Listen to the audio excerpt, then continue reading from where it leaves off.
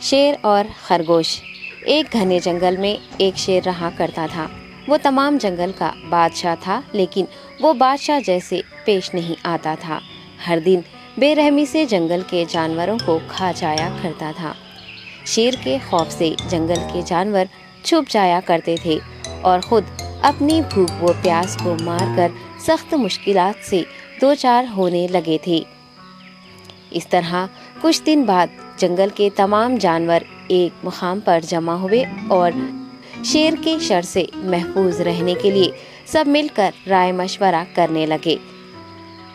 سب نے اپنی اپنی بات رکھی اور آخر میں ایک گیدڑ نے کہا، میرا خیال ہے کہ ہم روز شیر کے ہاتھوں مرنے کے بجائے ہم خود ایک ایک بار شیر کے پاس چلے جائیں۔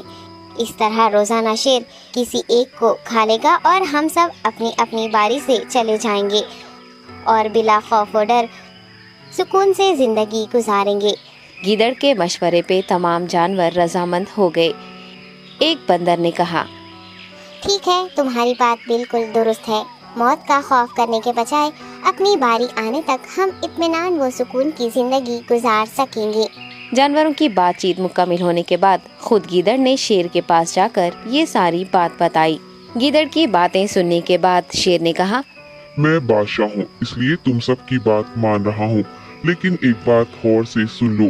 اگر کسی دن مجھے جانور ملنے میں تاخیر ہو جائے تو میں خاموش نہیں بیٹھوں گا اور دوبارہ تم سب پر حملہ کرنا شروع کروں گا۔ شیر نے بڑے غصے سے یہ سب کہا۔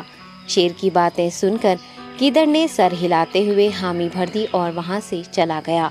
اس دن کے بعد ایک ایک جانور بلا ناغہ اپنی اپنی باری کے مطابق شیر کے پاس جانے لگے اور شیر سکون سے اپنے پاس آنے والے جانوروں کو مار کر اپنی بھوک مٹانے لگا۔ یہ معاملہ ایسے ہی چل رہا تھا اور ایک دن شیر کے پاس جانے کی باری ایک خرگوش کی آئی۔ وہ خرگوش بہت ہی ہوشیار تھا۔ اسے شیر کے پاس جانا منظور نہیں تھا اور اس نے اپنے ساتھی جانوروں کو بے رحمی سے مارنے والے شیر کو سبق سکھانے کی ٹھان لی اور ایک اچھی تدبیر نکال کر آہستہ آہستہ شیر کی گفا کے پاس پہنچ گیا۔ تاخیر ہو جانے سے شیر کافی غصے میں تھا اور خرگوش کو دیکھ کر غصے سے کہنے لگا، میں نے تم سب کو پہلے ہی کہہ دیا تھا، دیر ہو جائے تو میں خاموش نہیں بیٹھوں گا۔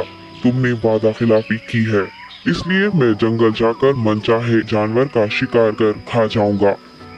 تب خرگوش نے شیر سے کہا،